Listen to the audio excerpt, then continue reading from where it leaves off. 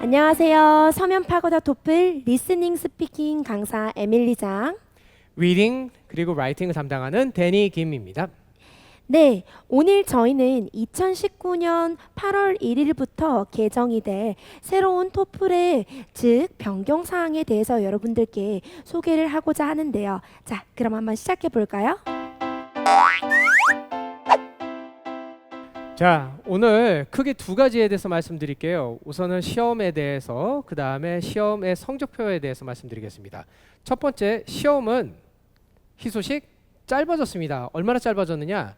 기존에는 한 3시간 반 정도 소요됐었던 시험이 이제 8월 달부터 2019년 8월 달부터는요 3시간으로 줄어들게 됐습니다. 30분 이거 굉장히 큰 시간 줄어드는 건데 학생들이 그래서 마음이 좀 많이 부담이 좀 줄어들 것이라고 예상되고요. 그런데 전반적인 시험의 양식은 크게 바뀌지는 않아요. Reading, Listening, Speaking, Writing 네 과목 그 순서대로 진행이 되고요. 대체로 모든 유형들이 그대로 사라지지 않고 있습니다. 문제 수는 줄어들고 그리고 과목별로 시간은 줄어들어요. 단 라이팅은 시간 변경 사항이 없습니다.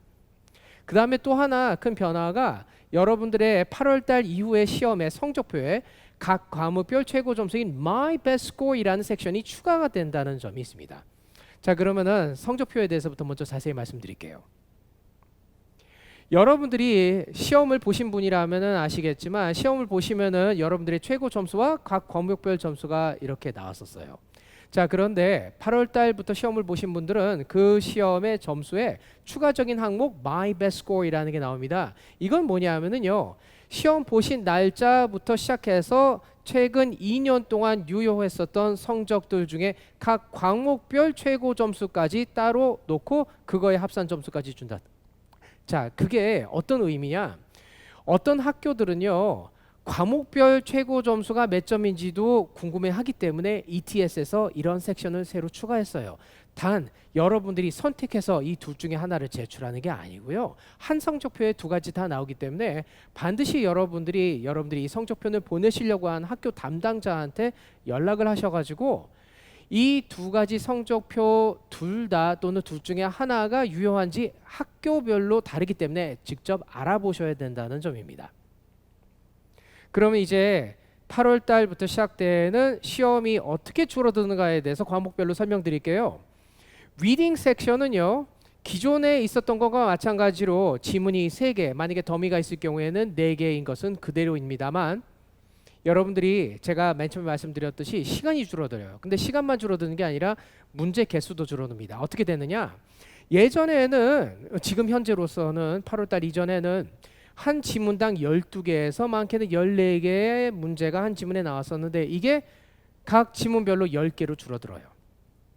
그리고 시간은 지문별로 전에는 지문별로 20분씩 평균해서 만약에 3개 지문이 나오면은 60분, 더미 추가가 되면은 4개 지문에 80분이었는데 이제는 8월 달부터는 한 지문당 평균 18분 줘서 3개의 지문이 나오면 54분, 4개의 지문이 더미가 나오면은 72분입니다. 자, 그러면 이게 한 문제당 우리가 평균적으로 사용할 수 있는 시간을 계산해 볼게요. 한 지문에 14문제 20분 평균이 있었다라고 봤었을 때 우리가 지금은 한 문제당 1분 25초 정도 됐었는데 이제 8월 달부터는 한 지문에 10개의 문제 18분 주니까 이걸 계산하면은 한 평균 1분에 한 48초예요. 자, 한 20여 초 정도 되는 게 크게 다르다라고 느끼지 않겠지만 실제 시험을 보시게 되면은요. 특히 그리고 이게 긴 시험 때문에 후반부에 가가지고 리딩 화면으로 계속 영어로 된 거를 길게 읽다 보니까 집중력이 떨어져요 라고 고민하는 학생들한테는 큰 희소식이에요. 시간도 줄어들고 문제 수도 줄어들고 그리고 여러분들이 크게 느끼지는 않겠지만 한 문제당 20초씩 좀 더 쓸 수 있다라고 하는 거는 여러분들한테는 학생들한테는 희소식이에요. 플러스입니다. 자, 그러면은 라이팅 섹션은 제가 말씀드렸듯이 시간 안 줄어들어요. 문제 어차피 통합형, 독립형 2개밖에 없는데 그 줄일 것도 없겠죠. 그래서 실제로 8월달 이후로 라이팅 섹션은 바뀌는 게 없습니다. 자, 그런데 제가 여기서 여러분들한테 한번 말씀드리고 싶은 게 뭐냐면은 8월달 이후의 트렌드는 아니지만 최근에 있었던 라이팅 독립형의 트렌드입니다. 이게 사실 한 작년 그리고 약간 한 2017년 재작년에도 조금씩 시작됐었던 건데 이제는 좀 보편적으로 달라진 게 독립형이 짧지가 않고 굉장히 길어요. 설명이. 마치 리딩 지문에 한 단락이 나온 것처럼 굉장히 지문이 설명이 많아질 때가 있습니다. 그럴 경우에 그런 문제를 접하게 되면 학생들이 이거 뭐야? 뭐 이렇게 읽을 게 많아 독립형이. 그런데 그게 왜 그러냐면요. 많은 학생들이 너무 간단하게 질문을 해놓고 이거에 대해서 어떻게 생각하냐라고 물어보니까 이해를 제대로 못해가지고 좀 동문서답을 해서 off topic 페널티를 받게 되는 게 그게 그거를 좀 아쉬워해서 시험 출제자분들이 좀 더 상황을 시츄에이션을 자세히 이해하라고 설명을 좀 더 많이 넣었대요. 근데 영어 힘들어하는 학생들한테는 그게 더 우리도 부담이 될 수 있는데 어쨌든 그게 현재 트렌드입니다. 너무 많은 내용들이 나와 있다고 너무 부담스러워하지 말고 모든 학생들 다 읽어야 될 내용 똑같으니까 읽어보세요. 읽어보시고 아 이러한 시츄에이션이야. 그럼 그 시츄에이션을 이용해가지고 답변을 좀 더 정확하게 하시는데 브레인스토밍 하시는데 이용을 하세요. 두 번째 트렌드가 찬성 반대 문제가 아니고 선택형 문제가 나올 경우에 전에는 이것 중에 어느 게 제일 좋습니까? 당신은 어느 거를 선호합니까? 그렇게 해서 두 가지 또는 세 가지가 나오면 그 중에 하나를 선택하게끔 했었는데 요즘은 어떤 경우에는 선택형 문제인데 이런 지시사항이 나올 때가 있어요. 그러니까 잘 유의해서 그 말이 있는지 없는지 보세요. 찬성 반대 문제가 아니라 선택형 문제일 경우에는 You may choose more than one option이라는 말이 나오잖아요. 그러면은 꼭 뭐 아니면 도 이 중에 하나만 골라라가 아니라 세 가지 또는 네 가지 옵션 줬었을 때 그 중에서 두 가지가 나는 괜찮다라고 얘기하셔도 된다는 거예요. 자, 그렇게 정말 하나만 고르거나 두 개를 고르거나 했었을 때 여러분들이 30분 내에 글을 쓰는데 어느 게 더 유리한가 생각하셔야지 무조건 두 개 또는 세 개 골라도 되는데 그래서 다 좋다 이런 식으로 얘기하지 말고요. 마지막 하나. 이거는 작년 그리고 사실 한 2017년도 한 12월 때부터 나오기 시작했던 걸로 11월 그 정도 됐을 것입니다. 갑자기 독립형의 맨 마지막에 이런 말이 나와요. Do not use memorized examples. 이거를 보고 학생들이 많이 당황했는데요. 이 내용이 무슨 뜻이냐면은 학생들이 물어봐요. 선생님 이거 템플릿 쓰지 말라는 건가요?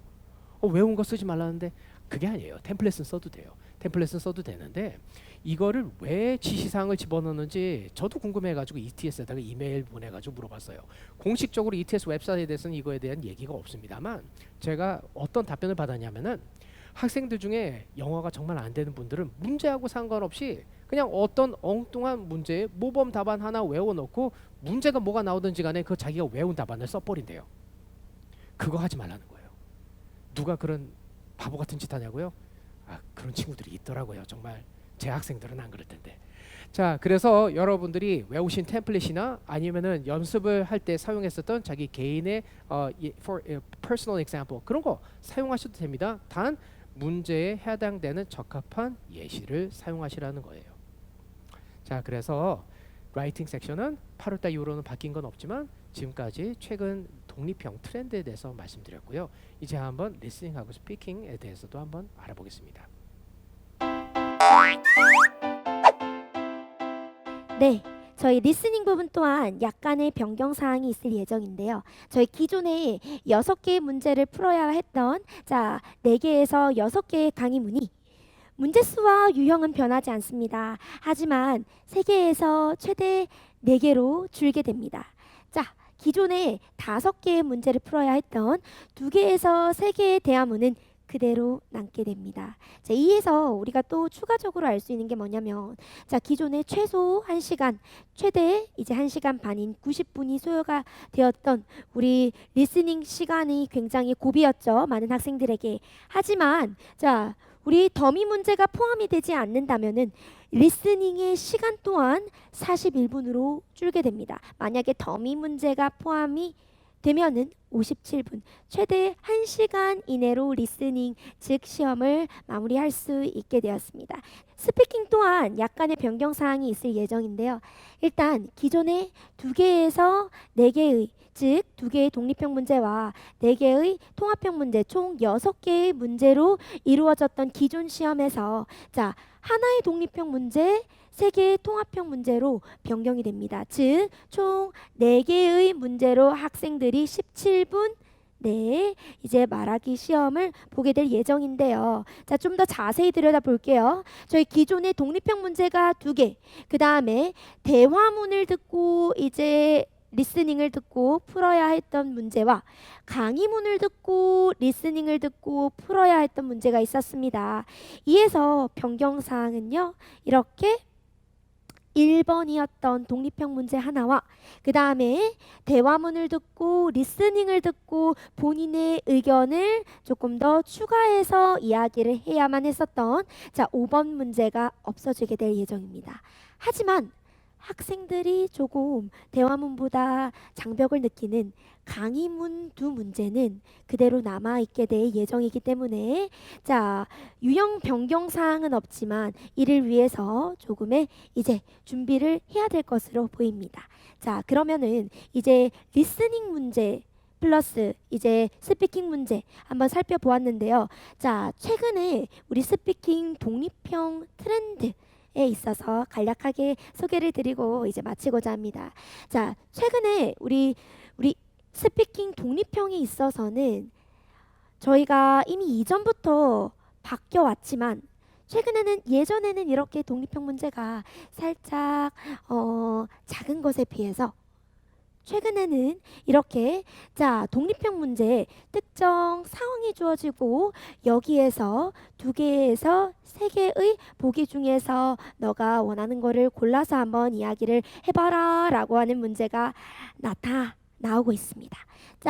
학생들이 이렇게 리딩 지문이 살짝 길어졌다고 해서 조금은 힘들어요 라고 느끼겠지만 이는 여러분 좀 자세히 들여다보자면은 ETS가 이렇게 조금 더 독립형 문제를 길게 되게 된 계기는 아까 우리 데니 선생님께서 소개해 주셨던 것처럼 학생들이 오프토픽을 즉 우리 답변에 되는 것을 방지하기 위함이므로 조금 더 여러분들이 꼼꼼하게 이 상황을 읽고 문제에 접근한다면은 조금 더 문제를 위한 여러분 지름길이라는 것을 알 수 있습니다.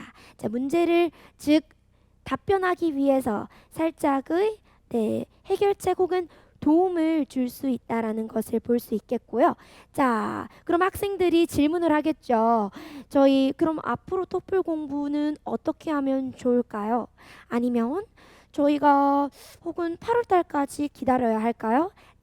정답은 여러분 시간이 줄고 저희가 기존에 공부하던 유형은 그대로 토플 시험에 등장을 할 예정이기 때문에 여러분들은 기존에 공부를 해오던 자료나 교재로 공부를 계속해서 이어가시면 되겠습니다. 조금 더 여러분들이 궁금사항이 있다면은 서면 파고다 토플 공식 홈페이지에 저희 선생님들 저희 카톡 확인할 수 있습니다. 거기로 연락을 주신다면 조금 더 자세한 답변 드려보도록 하겠습니다. 감사합니다.